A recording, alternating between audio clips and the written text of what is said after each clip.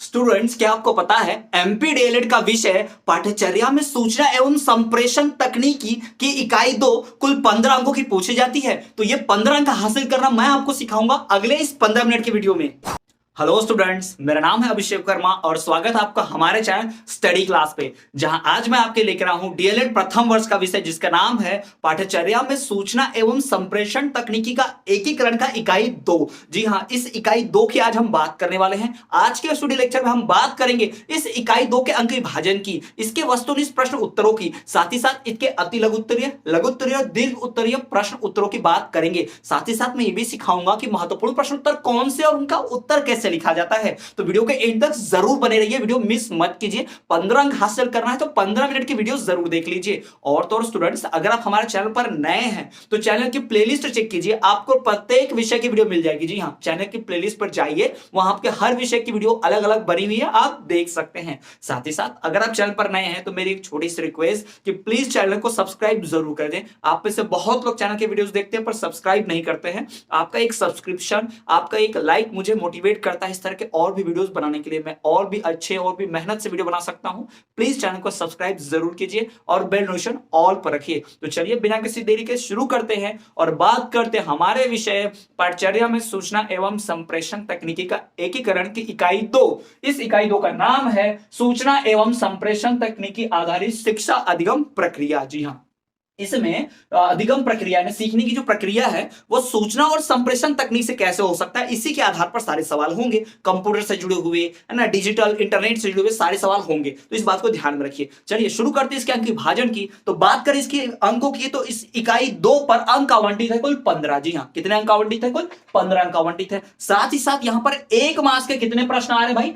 देख लो आप, 3 प्रश्न आ रहे हैं। 1 मार्क्स का 3 प्रश्न, 3 मार्क्स का 1 प्रश्न और 4 मार्क्स का 1 प्रश्न, साथ ही साथ 5 मार्क्स का 1 प्रश्न। 5 नंबर का 1 हो गया दीर्घ उत्तरीय प्रश्न 5 नंबर, फिर लघु उत्तरीय प्रश्न यहां पर 4 नंबर का 1, 5 4 9 प्रश्न 9 हो गए, और फिर 3 तो ये हो गया 12, ये आएगा एक लघु उत्तरीय प्रश्न। और वस्तुनिष्ठ यानी एक एक नंबर के आएंगे 3, तो ये होगा कितने? 15। तो इस प्रकार से कुल 15 अंक आवंटित है इस इकाई पर ये 15 मिनट की वीडियो देखकर आप 15 हासिल कर सकते हो बहुत ही आसानी से। वीडियो बहुत ही महत्वपूर्ण है, बहुत ही यूजफुल है। इसकी इकाई 1 के वीडियो हम ला चुके हैं, अगर आपने वो नहीं देखी तो चैनल पे प्लेलिस्ट चेक कीजिए, इसकी भी प्लेलिस्ट बनी है। इकाई 1 की वीडियो देख लीजिए, उसके बाद इस वीडियो को भी देखिएगा। नहीं भी देखे तो इसको पहले भी देख सकते हैं, बाद भी सकते हैं, कोई दिक्कत नहीं है। और आगे भी इनकी 3 और 4 वीडियो आएंगी जरूर, तो उन्हें भी जरूर देखिएगा। तो चलिए शुरू करते हैं और बिना किसी देरी के बढ़ते हैं हमारे सबसे महत्वपूर्ण प्रश्न उत्तरों की तरफ। तो सबसे महत्वपूर्ण प्रश्न यहां पर शिक्षा में तकनीकी का उदाहरण है कंप्यूटर द्वारा शिक्षण। जी हां, शिक्षा में तकनीक क्या है? शिक्षा में इंटरनेट के द्वारा पढ़ाई करना, शिक्षा में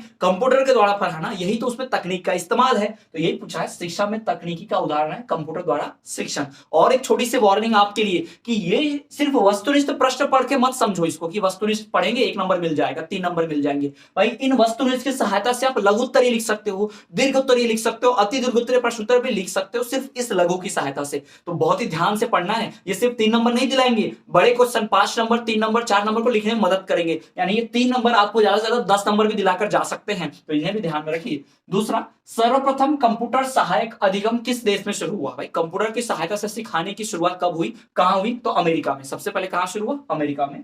सर्वप्रथम कंप्यूटर सहायक अधिगम किस देश में शुरू हुआ? अमेरिका में। अधिगम मतलब सीखना, सिखाना।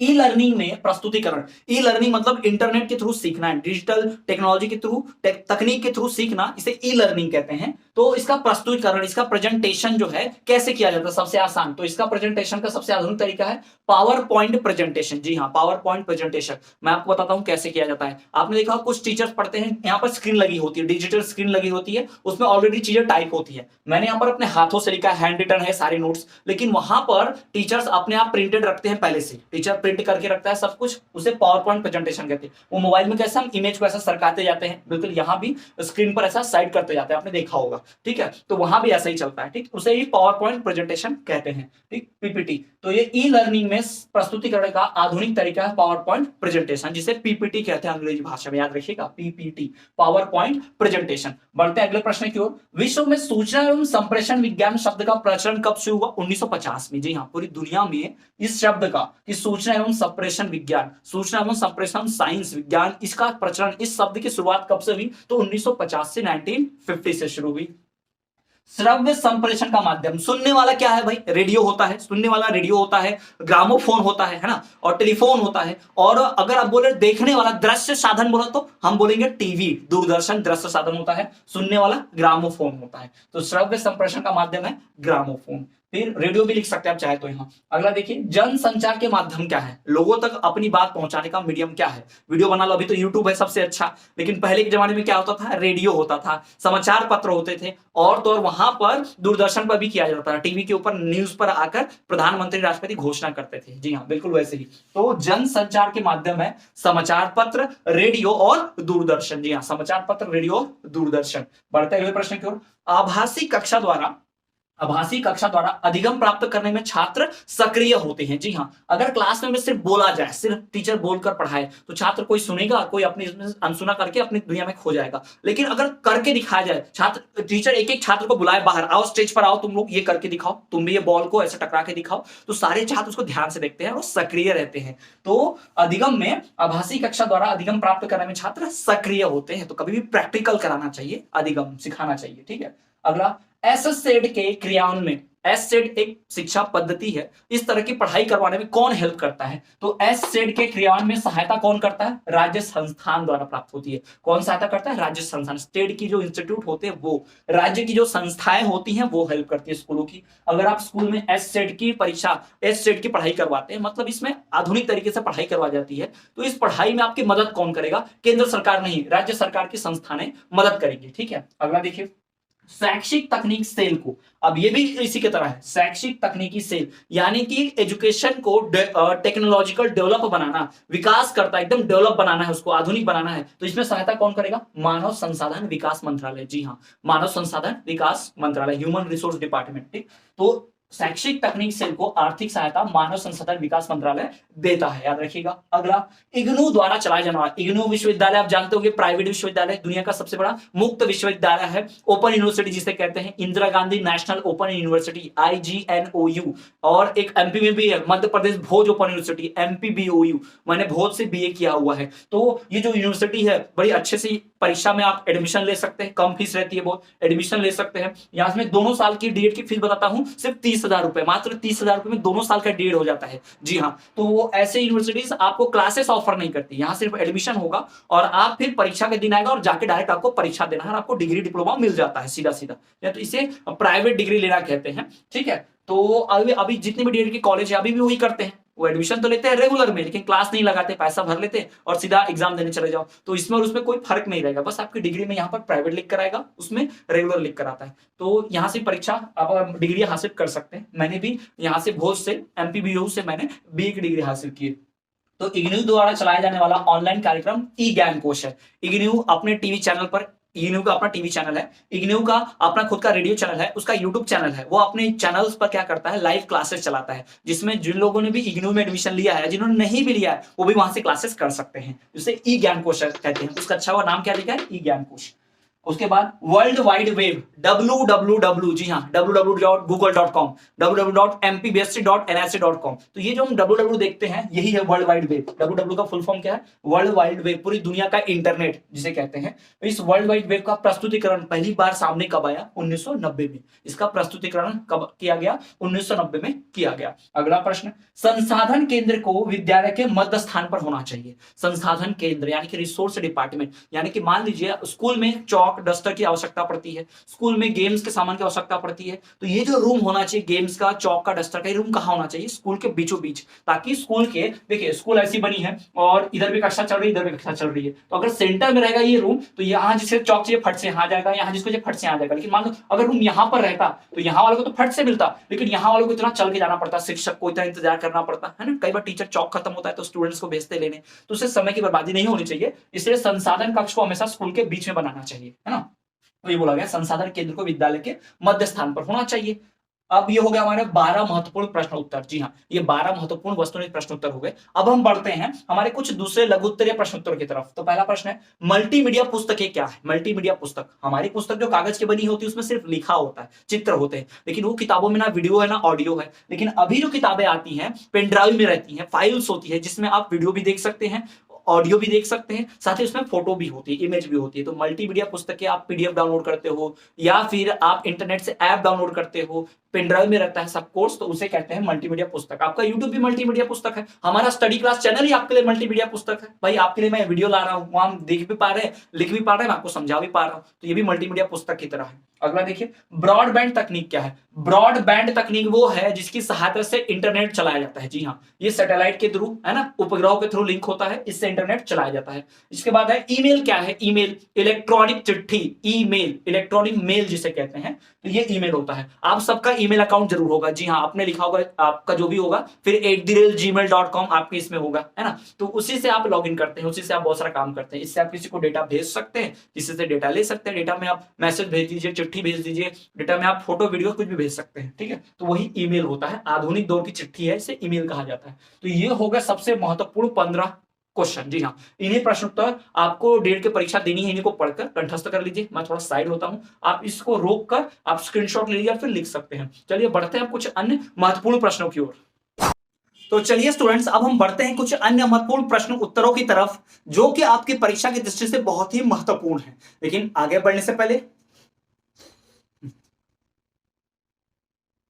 तो चलिए स्टूडेंट्स, अब हम शुरू करते हैं कुछ अन्य महत्वपूर्ण प्रश्नों की बात। लेकिन उससे पहले मेरी आपसे एक छोटी सी रिक्वेस्ट कि अगर आपको मेरी अभी तक की वीडियो पसंद आई है, जरा से भी लाभदायक लगी है वीडियो, तो चैनल को सब्सक्राइब जरूर करें, साथ ही साथ बेल नोटिफिकेशन को ऑल पर रखें ताकि कोई भी वीडियो आप मिस ना करें। तो चलिए बिना देरी के शुरू करते हैं और देखते हैं हमारा सबसे महत्वपूर्ण प्रश्न कौन सा है। तो प्रश्न क्रमांक 16वां, सहयोगी अधिगम की विशेषताओं का संक्षिप्त वर्णन कीजिए। जी हाँ, सहयोगी यानी सीखने में जो हेल्प करता है, साथ मिलकर जो सीखते हैं, सहयोग करके जो सीखते हैं, उससे क्या क्या फायदा होता है। एक दूसरे को पढ़ा लिखा कर, जैसे कि क्लास में छात्र दूसरे छात्र की मदद कर दे, दूसरे से मदद ले ले, तो इस तरह के अधिगम से, इस तरह की पढ़ाई से क्या फायदा होता है, इसकी विशेषताएं क्या है। तो पहला, विविधता का उत्सव। भाई इसमें विविध प्रकार के रहते हैं ना, अलग अलग मेथड सिखाएंगे, अलग अलग छात्र अलग अलग विधि से पढ़ना सीखेंगे, अलग अलग तरीके से पढ़ना सीखेंगे, बहुत फायदेमंद होगा, साथ मिलकर पढ़ना सीखेंगे।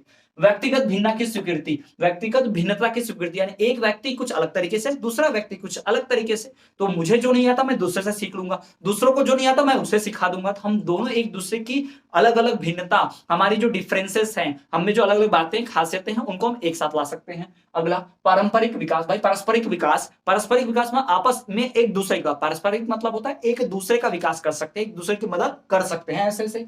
फिर सीखने में छात्रों को सक्रिय सम्मेलन। भाई छात्र इसमें ज्यादा इंटरेस्ट, ज्यादा रुचि दिखाते हैं सीखने में, और साथ मिलकर सीखते हैं, मिलजुल कर, सम्मेलन यानी कि मिलजुल कर सीखना। तो ये सारे फायदे हैं साथ मिलकर सीखने से, एक दूसरे को सिखा सिखाकर खुद सीखने से। ठीक, बढ़ते अगले प्रश्न की ओर। इंटरनेट द्वारा प्रदत्त सुविधाएं कौन सी? प्रदत्त मतलब दी जाने वाली। तो इंटरनेट द्वारा कौन सी सुविधाएं मिलती है? इंटरनेट से हमें ईमेल की सुविधा मिलती है, इलेक्ट्रॉनिक चिट्ठी, अभी मैं समझाऊंगा डिटेल में। फैक्स, जी हाँ, फैक्स मतलब चिट्ठी, इलेक्ट्रॉनिक चिट्ठी, ये भी होता है। वर्ल्ड वाइड वेब, इंटरनेट जिसे कहते हैं, www सर्च वाला। और ई कॉमर्स यानी व्यापार, जहां आप सामान बेच सकते हैं ऑनलाइन इंटरनेट पर, और मोबाइल फोन की सुविधा इसी से मिलती है। तो क्या होता है, चलिए देखते हैं। पहला, ईमेल। ईमेल क्या होता है? इलेक्ट्रॉनिक चिट्ठी, जो आपका एक ईमेल एड्रेस होता है, अकाउंट होता है, जैसा @gmail.com आपने देखा होगा, आपका भी होगा। उससे हम किसी को भी पत्र भेज सकते हैं, कोई बात लिख के भेज सकते हैं, कोई वीडियो कोई फोटो भी भेज सकते हैं। फिर आता है फैक्स। अभी फैक्स क्या बताता हूं। फैक्स एक मशीन होती है जो टेलीफोन से जुड़ा होता है। आप यहां पर कुछ भी टाइप कीजिए, लिखिए, और फिर उसको भेज दीजिए फैक्स नंबर पर। तो जिसके पास दूसरी फैक्स मशीन होगी जहां पर आपने भेजा है, उसके पास वो सब कुछ कागज पर फटाफट लिख के निकल जाएगा। जैसे हम व्हाट्सएप पे कोई मैसेज लिखते हैं, तो मैसेज दूसरे व्हाट्सएप पे पहुंच जाता है, लेकिन वो मोबाइल से बाहर नहीं निकलता, मोबाइल के अंदर रहता है। लेकिन फैक्स में बाहर निकाल सकते हैं, चिट्ठी पे, कागज पर, जी हाँ, लिखा हुआ चीज। वर्ल्ड वाइड वेब, इंटरनेट तो आप जानते ही हैं। ई कॉमर्स, अमेजॉन, फ्लिपकार्ट, जहां पे सारा कुछ सामान बेचा जाता है, व्यापार किया जाता है। साथ ही साथ मोबाइल फोन की सुविधा। भाई इंटरनेट से ही तो मोबाइल चल रहा है ना, इंटरनेट से हम टाइम उसमें सेट होता है। दुनिया के सारे एंड्रॉइड फोन का आप देख लो, सबका टाइम सेम मिलेगा आपको, उसमें डेट अपने आप ऑटोमेटिक अपडेट हो जाती है, टाइम भी अपडेट हो जाता है, सब कुछ ठीक, लोकेशन भी पता चलती है। अगला प्रश्न देखिए, प्रश्न क्रमांक 18, सोशल नेटवर्किंग साइट्स का नकारात्मक प्रभाव बताइए। भाई सोशल नेटवर्किंग जो है, यानी कि सोशल मीडिया जो है, जैसे कि फेसबुक, व्हाट्सएप, इंस्टाग्राम, स्नैपचैट, इनका नुकसान क्या क्या है? तो आप सभी जानते हैं भाई, इनसे मानसिक तौर पर डिस्टर्ब हो जाता है, डिप्रेशन में जाते हैं, और तो लड़ाई झगड़े भी होते हैं, कई बार साइबर क्राइम, इंटरनेट पे अपराध भी हो जाता है ना। तो देखिए, धन समय की बर्बादी। भाई पहले तो टाइम बहुत जाता है सोशल मीडिया पे, बहुत लोग टाइम बिताते हैं। आजकल के बच्चे फोटो एडिट करके फेसबुक, इंटरनेट, इंस्टाग्राम पर डालते हैं, स्नैपचैट पे डालते हैं, घंटों बिताते हैं, यानी पढ़ाई लिखाई छोड़कर अच्छा काम करने की जगह पर बैठ के रील्स वीडियो बना रहे हैं और इंस्टाग्राम फेसबुक के फोटो डाल रहे एडिट करके, यानी पूरा समय और पैसा बर्बाद कर रहे हैं, ना पढ़ाई में ध्यान है ना कुछ, बाहर की दुनिया को बस इंप्रेस करने में, लड़का लड़की को इंप्रेस करने में लगे हुए हैं अपनी फोटो दिखाकर, और वो भी एडिट करके, एकदम काले हैं फोटो में एकदम गोरे दिख रहे हैं। तो ये पूरा बकवास है, पूरा समय की बर्बादी। फिर प्राइवेसी को खतरा, भाई इंटरनेट पे आप जुड़े हैं, आप अपनी फोटो डाल रहे हैं, खासकर लड़कियां, उनकी फोटो का मिसयूज हो सकता है, उनकी फोटो का गलत इस्तेमाल किया जा सकता है, आपकी प्राइवेसी को खतरा हो सकता है। जैसे कि आप कहीं पर जा रहे हैं तो आप लिख देते हो वहां पर, सोशल मीडिया पर डाल देते हैं हाँ going to Patna, going to Bihar, going to Jabalpur, तो भाई आपको अगर कोई आपका दुश्मन है जो आप पे अटैक करना चाहता हो, आपका सामान लूटना चाहते हो, तो भाई उसको पता चल जाएगा ना फेसबुक वगैरह पे कि आप कहाँ जा रहे हैं, तो हमला कर सकता है। प्राइवेसी को खतरा, यानी निजता का हनन, विश्वसनीयता का अभाव, सोशल मीडिया पे जो चीज है उसमें अभाव नहीं है, मतलब उसमें भाई विश्वास नहीं किया जा सकता। उदाहरण के तौर पर आजकल जो शादियां होती है लड़का लड़की की, तो लड़की फोटो भेजती है तो फोटो एडिटेड होती है, जबकि असली में अगर देखा जाएगा तो भाई वो दुल्हन जो अलग ही, मतलब अलग ही लेवल, और ये अलग ही चेहरा एकदम फोटो में और इसमें अलग ही, पहचान ही नहीं पाएंगे। कई बार शादियां टूट जाती हैं, लोग एकदम काले कैसे भी होते दाग धब्बे, और अपनी फोटो जो है एडिट करके डालते हैं बहुत सारा सोशल मीडिया पे, तो वो सही नहीं है। और सोशल मीडिया पे कुछ भी जानकारी डाल दी जाती है, कोई भी वीडियो बना के डाल देते हैं, वो सच है झूठ है कुछ पता नहीं रहता, ठीक। और देखिए फिर अवांछनीय सूचना है, भाई जो हम नहीं चाहते वो भी हमको आता है। आप सोशल मीडिया पे देखिए जिनसे आप जान पहचान भी नहीं होगी, उनकी भी फ्रेंड रिक्वेस्ट आएगी। आप जिन चीज को नहीं खरीदना चाहते उसका भी एड आपको दिखेगा, प्रचार मिलेगा, ठीक। मानसिक बीमारी का कारण बनता है सोशल मीडिया, हम सभी जानते हैं, ठीक। बढ़ते अगले प्रश्न की ओर, वर्चुअल कक्षा कक्ष के लाभ बताइए, यानी कि ऑनलाइन जो क्लास चलती है, इस क्लास का फायदा क्या है, इसका लाभ क्या है। तो वर्चुअल कक्षा कक्ष के लाभ की बात करें, फायदे की बात करें, तो भाई इसमें शीघ्रता से आयोजन, फटाफट, अब भी मैं लाइव आऊंगा यूट्यूब पे, अभी लाइव कर सकता हूं ना, फटाफट सभी लाइव आ सकते हैं, फट से क्लास मैंने, वरना दूसरी कक्षा में जैसे स्कूल जाने में क्लासरूम में भाई कपड़े होकर तैयार होना पड़ेगा, कपड़े पहनने पड़ेंगे, बैग उठाना पड़ेगा, स्कूल तक जाना पड़ेगा, तब क्लास लगेगी, और ऑनलाइन में तुरंत के तुरंत हो सकता है। फिर भौगोलिक बाधाओं से रहित, भाई इसमें कोई भौगोलिक बाधा नहीं है, नदी पहाड़ पार करके नहीं आना है, बारिश धूप से कोई फर्क नहीं पड़ता, अपने आप यहाँ पे भाई लाइव क्लास चल जाती है ना, कोई दिक्कत नहीं, घर में बैठ के पढ़ सकते हैं। सत्र को रिकॉर्ड किया जा सकता है, ऑनलाइन क्लास की रिकॉर्डिंग होती है, आपकी छूट गई, लेट हो गए, फिर से देख लीजिए, समझ में नहीं आया तो बैक करके देख लीजिए, बड़े फायदे हैं। फिर तकनीक के ज्ञान में वृद्धि, ऑनलाइन क्लास करोगे तो ऑनलाइन क्लास अटेंड कैसे करते हैं, चैट कैसे करते हैं, इसका ज्ञान भी तो आपका बढ़ेगा, जी हाँ, तो तकनीकी ज्ञान में भी वृद्धि होती है। तो ये सारे फायदे हैं। अब इसके नुकसान भी है, नुकसान तो आप ऑलरेडी जानते हो ऑनलाइन क्लास के, तो आप लिख भी सकते हैं चाहे तो, ठीक है। अब ये फायदा, अगला है सोशल वेबसाइट्स क्या है, सोशल मीडिया की websites, Facebook, WhatsApp, Instagram, Google, ये सब क्या है उनके बारे में लिखना है, तो आप ऑलरेडी जानते हो, इनका इस्तेमाल करते हो, तो ऑलरेडी आप लिख सकते हो स्वयं से, ठीक। तो ये होगा सबसे महत्वपूर्ण प्रश्न उत्तर, इन्हें आप क्या कीजिए, स्क्रीनशॉट ले लीजिए या पॉज करके लिख भी सकते हैं। साथ ही साथ अगर आप इस संपूर्ण विषय का पूरा कोर्स चाहते हैं तो आप दिए गए नंबर पर संपर्क करके पूरा कोर्स खरीद सकते हैं, आपको सारा नोट्स मिलेगा जिससे आप डेली में 90% तक हासिल कर पाएंगे, जी हाँ। और अगर आप हमारे चैनल पर नए हैं तो प्लेलिस्ट चेक कीजिए, प्लेलिस्ट में आपको सारी वीडियोस मिलेंगे, हर सब्जेक्ट का हर इकाई का वीडियो मिलेगा। साथ ही साथ अगर आप हमें अन्य सोशल मीडिया पे फॉलो करना चाहते हैं, हमारा टेलीग्राम ग्रुप ज्वाइन करना चाहते हैं, तो इस वीडियो के डिस्क्रिप्शन में टेलीग्राम ग्रुप की लिंक है, हमारा टेलीग्राम चैनल ज्वाइन कीजिए, वहां पे आपको वीडियोस, फैक्ट्स, लिंक मिलेगी, नोट्स मिलेंगे। साथ ही साथ आप हमें अन्य सोशल मीडिया जैसे कि इंस्टाग्राम, फेसबुक पे फॉलो कर सकते हैं, लिंक दी गई है। आप हमें सोशल मीडिया पे जैसे कि टेलीग्राम, फेसबुक और इंस्टाग्राम पे फॉलो करना ना भूलें, हम हर जगह हैं।